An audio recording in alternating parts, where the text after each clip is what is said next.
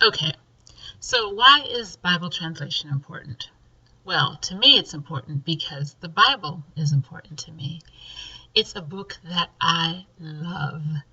I love that it's a friend who encourages me not to give up and not to grow weary of doing good. It's a wise counselor telling me, do not be anxious about anything. It's a coach telling me to run this race like there can only be one winner. There are passages that just seem mundane and boring maybe to some, but that just come alive on the page to me. I really love the book of Luke chapter 3 where it talks about the heritage of Jesus. Now that may seem really tedious to most people, just hearing about someone's ancestry, but when I see that it goes, okay, Jesus was known as the son of Joseph, and he was known as the son of, and on and on and on and on, back to Seth was the son of Adam, and Adam was the son of God. When I saw that, I was like, what?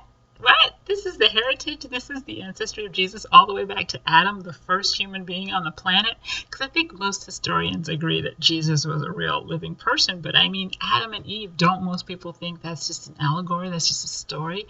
But here it is in the book of Luke, generation by generation, person by person. Like, things like that are really fascinating to me. You can call me a Bible geek if you want.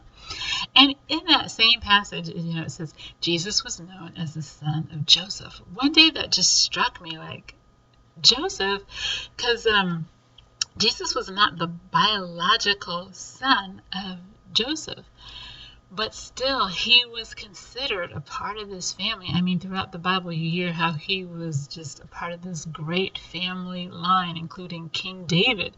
Well, he's a part of that great family line, but he was not born into that family. As an adoptive parent, that's really encouraging to me.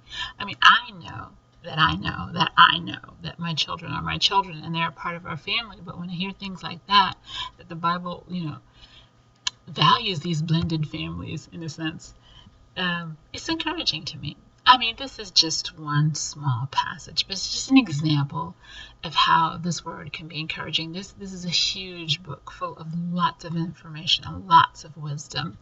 And we would love for people around the world to be able to hear it in the language that they understand best, to be able to read it in a language that they think in and that they dream in and that they pray in, so that they don't have to rely on someone else to tell them what it says, but they can read it and hear it for themselves.